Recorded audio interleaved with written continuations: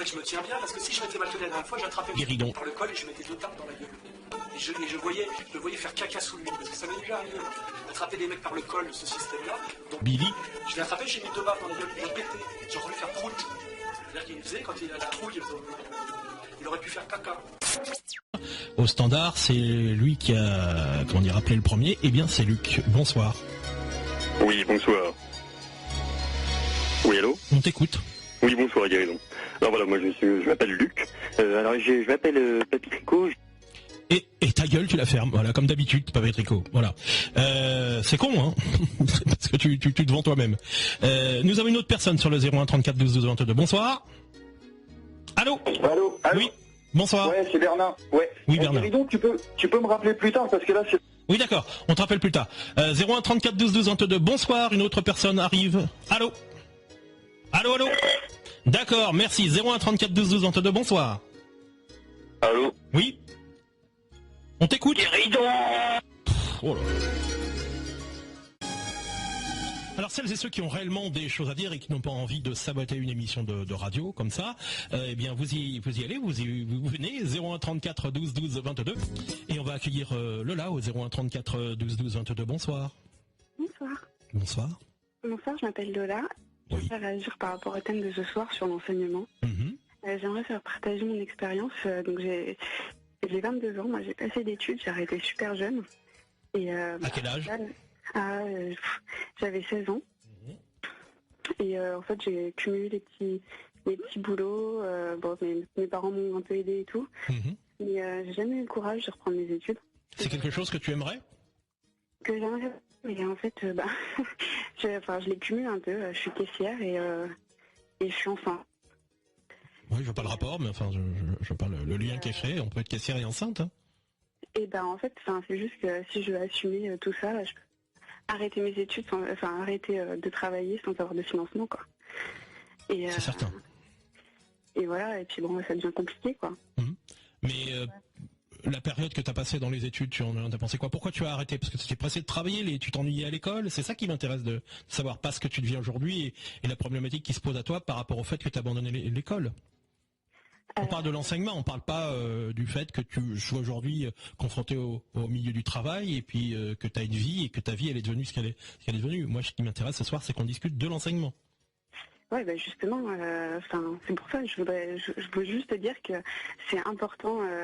Même si moi, par exemple, ça me saoulait, que j'étais super en colère, que pour moi, c'était juste.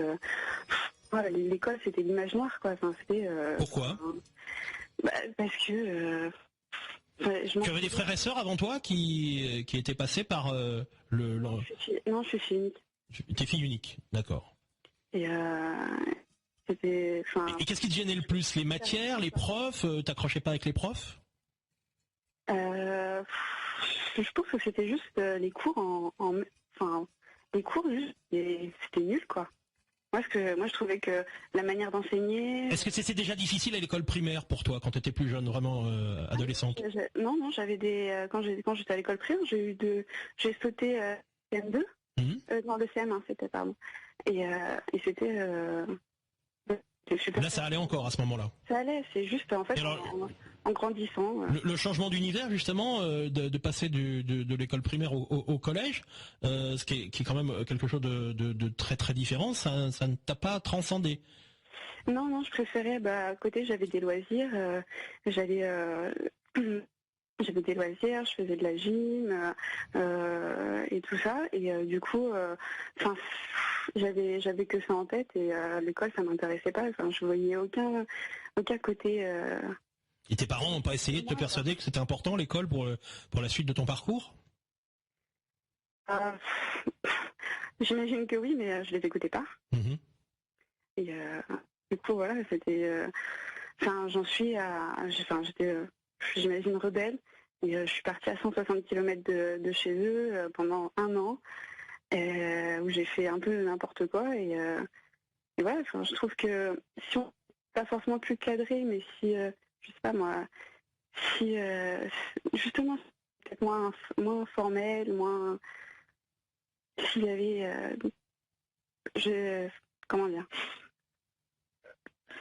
s'il y avait les cours, des fois, je trouve qu'on nous apprend des choses qui vont pas forcément nous servir. Ou faut plus qu'on voit pourquoi on va le faire, quoi. C'est trop imagé, c'est trop, c'est pas concret. Et je pense que des jeunes comme moi, on a besoin de concret, on a besoin de savoir à quoi ça va nous servir, quoi. Oui. Je sais pas si vous voyez ce que je veux dire. Plus ou moins, oui. C'est-à-dire que tu avais l'impression qu'on t'enseignait des choses dont tu ne voyais pas à quoi ça te servirait plus tard. C'est ça. Mais est-ce que tu étais à la limite capable toi-même à ton âge d'avoir cette prétention de pouvoir savoir que ça te servirait ou pas, étant donné que d'une certaine manière tu arrivais dans ce domaine-là, dans ce milieu-là.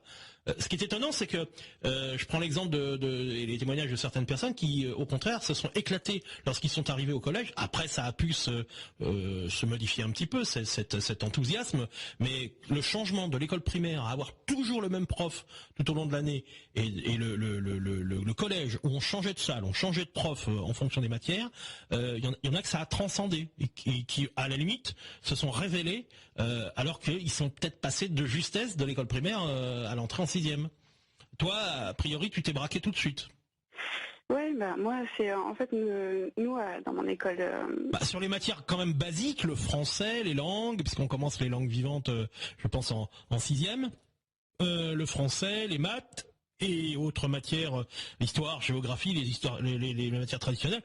C'est quand même pas bien compliqué de voir à quoi ça peut mener, de savoir un certain nombre de choses, de connaître un peu son environnement, l'environnement mondial dans lequel on va être. Après, les spécifications à chaque devenir se feront plus tard. C'est-à-dire chacun choisira ses spécialités. Voilà, je vais arriver à le dire.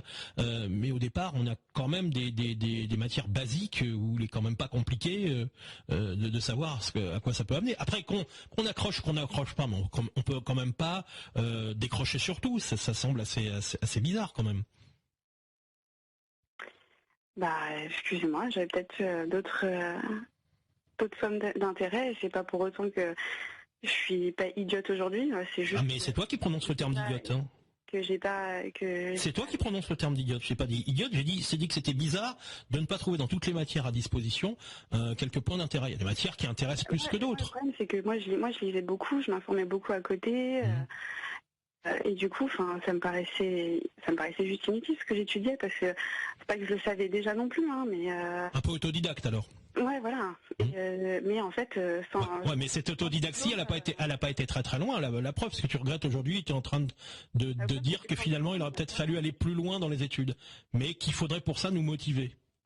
Le problème, même si on a un brevet, même si on a un bac, même si on a n'importe quoi, même de nos jours, même mes copines qui ont le bac, ça veut pas dire qu'elles ont quelque chose pour pousser plus loin, pour avoir quelque chose. Même les gens qui ont des doctorats, ils se retrouvent à McDo en tant que cuistot. Oui, ça on sait, mais c'est un autre problème. Acquérir un certain nombre de connaissances, c'est quand même...